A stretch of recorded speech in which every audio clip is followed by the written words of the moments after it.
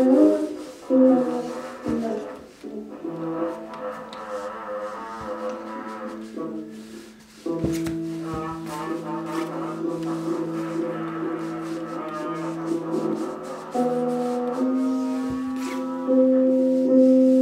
right now I'm using the iron over top of the super sticky Dacron tape.